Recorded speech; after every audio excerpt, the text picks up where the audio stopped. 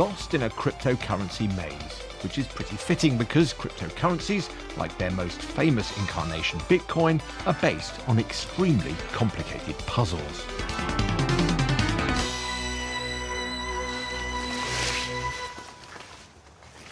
These puzzles are programmed into the source code for Bitcoin.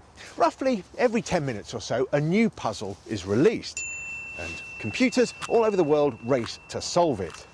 Because the value of Bitcoin has gone up so markedly over the last year or so, well, this activity has become more and more popular.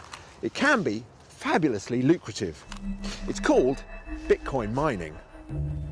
Cryptocurrencies like Bitcoin don't have a central register. Their strength comes from having what is called a distributed ledger. It's a blockchain. The blocks on the blockchain contain details of every transaction in the currency's history.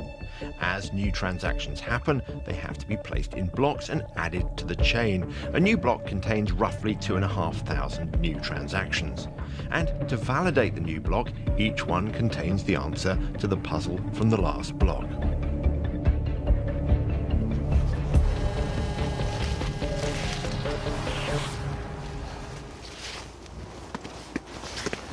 Success. This is the work that the Bitcoin miners are doing, and if they, like me, succeed and solve the puzzle first, well, their reward is 12.5 freshly released Bitcoin. And then, well, the whole process starts again with a new puzzle. The more computers and more computing power that's actually mining Bitcoin, the more secure the network is from some type of cyber attack or attempted theft. The Bitcoin miners are also processing the transactions. So if I were to send a Bitcoin to you, a miner would actually verify that that transaction was legitimate before it is added to the blockchain, which is simply a ledger of all the Bitcoin transactions in existence. Working in a coal mine, going down, down, down. Working in a coal mine, about to step down. So what does Bitcoin mining actually look like? Well, it's taking place through those doors. I'm in a facility somewhere near London, that's all I can tell you. We're not allowed to give its precise location. And you may be able to detect already something about Bitcoin mining. It's incredibly noisy, and it's about to get a whole lot noisier when we go in there, so we need these.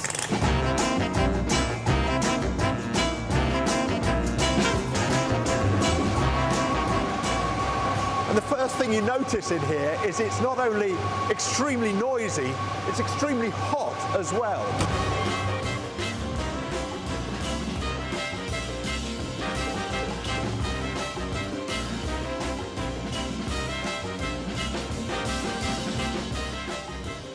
Today's miners aren't the grimy-faced men of granite of the past.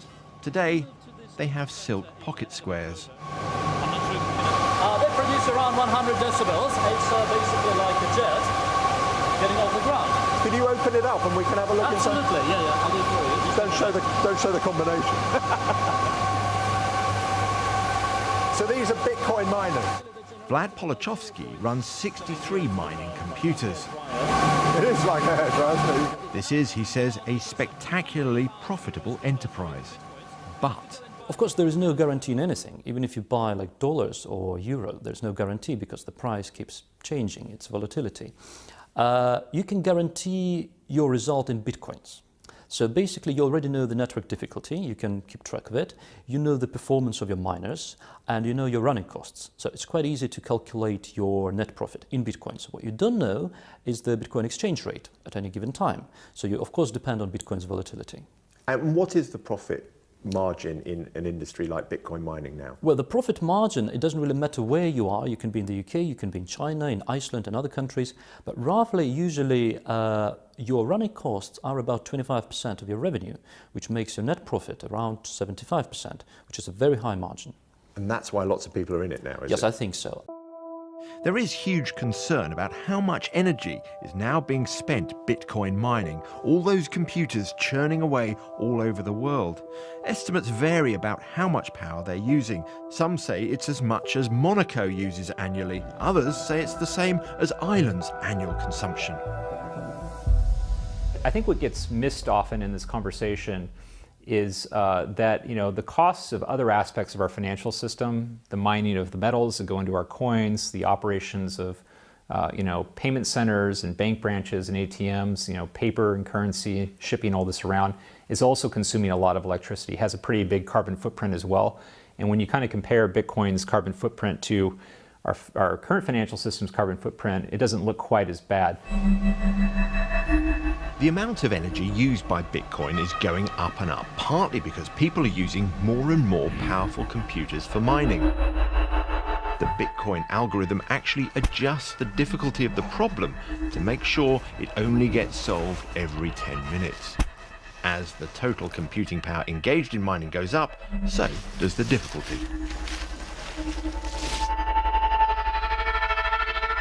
Nobody really expected it will become such a big thing. So in the beginning, you just had people mining Bitcoins with their laptops and computers. So it was relatively easy to get one.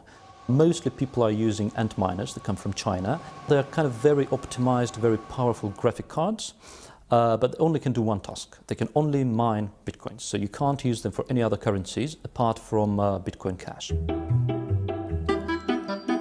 So which direction is this currency going now? The only thing that we can say for sure is that the Bitcoin mines will fall silent one day. The Bitcoin source code only allows the creation of 21 million Bitcoin, which, at the rate the puzzle is being solved every 10 minutes, will hit in 2140. What a Bitcoin will be worth next week is hard enough to predict, so who knows what the economics of this cryptocurrency will be by then.